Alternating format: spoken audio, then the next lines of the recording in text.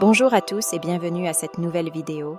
Aujourd'hui, nous allons explorer en détail la modélisation, la simulation et la régulation de la vitesse d'un moteur à courant continu et les systèmes du premier et deuxième ordre à l'aide de MATLAB Simulink. Notre objectif principal est de maîtriser ces aspects afin de mieux comprendre le comportement dynamique de ce type de moteur et d'acquérir des compétences pratiques dans le domaine de l'ingénierie électrique.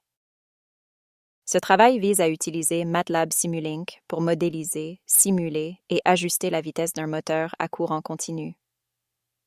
En comprenant la régulation et la modélisation des systèmes dynamiques, nous gagnerons en clarté dans le contrôle des moteurs à courant continu. Pour la partie théorique commençant d'abord par le système étudié. Le moteur à courant continu se compose principalement de deux parties, la partie électrique et la partie mécanique. La partie électrique comprend des éléments tels que l'induit, la source d'alimentation et la force contre-électromotrice. En revanche, la partie mécanique comprend le rotor, le moment d'inertie et les frottements mécaniques.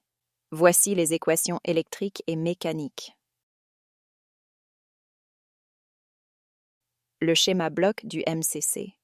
Ce passage décrit le processus de création du schéma bloc d'un moteur à courant continu, MCC, à partir de ces quatre équations fondamentales. En utilisant les équations de tension, SP, et de couple, DCP, et en supposant que le couple résistant, CR, est nul, on détermine la fonction de transfert HP, R-OMP, qui représente le schéma bloc du MCC. Ensuite, le schéma bloc est simplifié en utilisant la méthode canonique pour obtenir une représentation plus concise de la fonction de transfert. Cette simplification conduit à une expression de HP. Cette expression permet de comprendre comment la tension d'entrée influe sur la vitesse de rotation du moteur, en tenant compte des paramètres électriques et mécaniques du système. Enfin, nous passerons à la partie simulation. À l'aide de MATLAB Simulink, nous simulerons le comportement du moteur à courant continu dans différentes conditions de fonctionnement. Cette étape nous permettra de valider notre modèle et de mieux comprendre le comportement dynamique du système en réponse à des entrées spécifiques.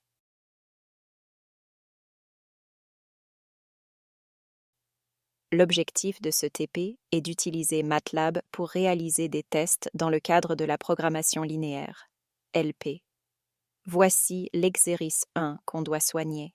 Voilà comment on l'a traité sur Simulink. On obtient cette courbe, celle-ci, comme résultat.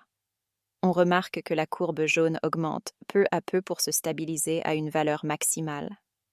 L'exercice 2 qu'on doit soigner. Voilà comment on l'a traité sur Simulink.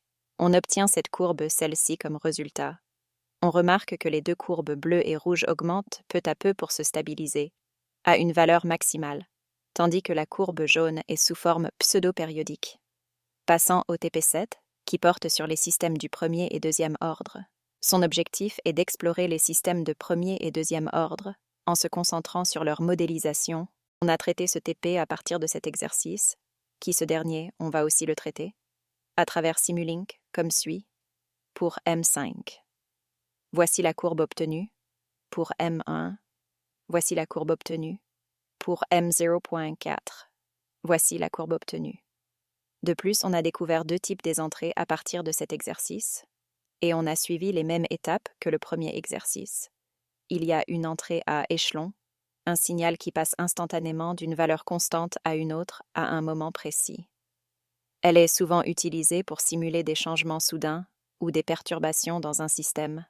Entrée à rampe, un signal dont la valeur augmente de manière linéaire avec le temps. Elle est utilisée pour modéliser des situations où une variable d'entrée augmente progressivement ou de manière continue dans le temps.